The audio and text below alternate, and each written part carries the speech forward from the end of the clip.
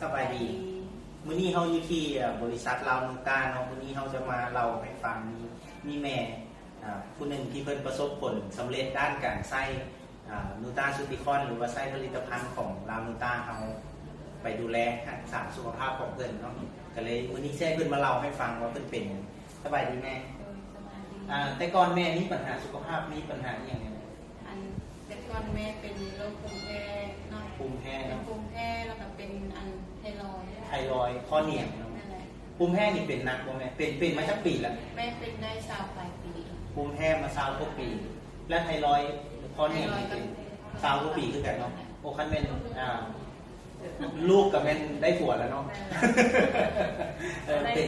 ภูมิแพ้ภูมิแพ้นี่เป็นหนักบ่แม่เป็นหนัก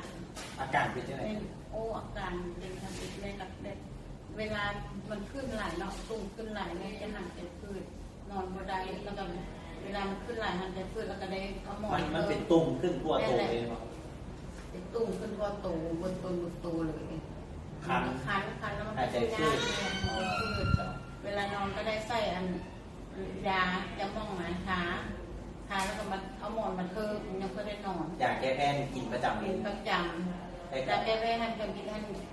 เป็นเคยกินท่านก็ต้องกินเม็ดนั้นเนาะคนละเม็ดเดี๋ยวนี้ท่านมื้อละ3 เม็ดเช้าเย็นแดงวันนี้แล้วแม่รู้สึกว่ามากินยาตัวนี้ขนาด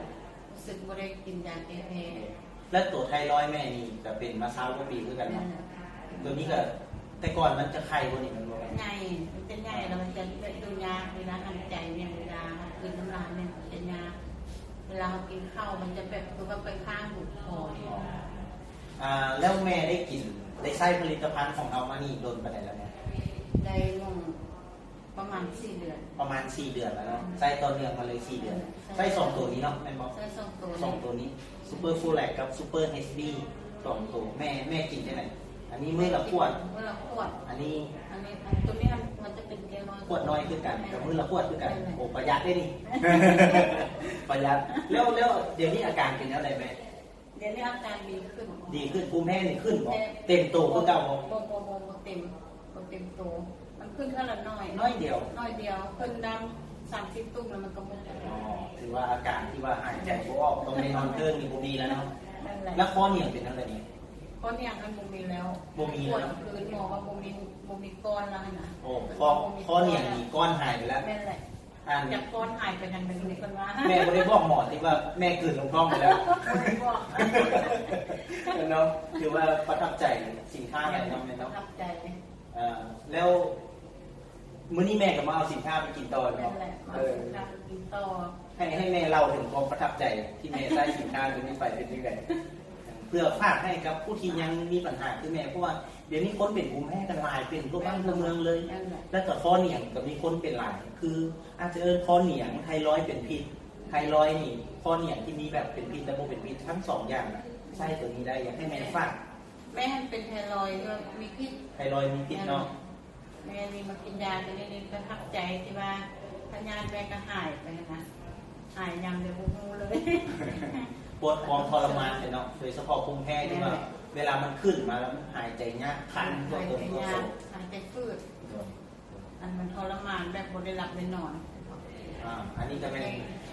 ผลได้หักที่แม่ได้หักเนาะท่านผู้ใดที่ว่ายังโบเสื่อหรืออาจจะมีข้อสงสัยกันอาจจะโทรไปถามแม่ได้แม่กันซื้อแม่ยังไงซื้อแม่แวนเพชรบ้านคนต้องจอมมณีโทรหาเพิ่นได้เนาะเบอร์โทร55619244แม่แวนเพชรแวนเพชรสามารถโทรหาเพิ่นได้ผู้ใดเป็นข้อเหนียงไทรอยด์อันเดียวกันเด้อมีพิษหรือบ่มีพิษก็อยากภูมิแพ้ชินักซั่นไหลถ้าท่านได้เห็นเรื่องของภูมิแพ้ที่แม่เพิ่นเป็นนะจะรู้สึกว่าตัวเองที่เป็นอยู่นะเบาเลยเทียบกับ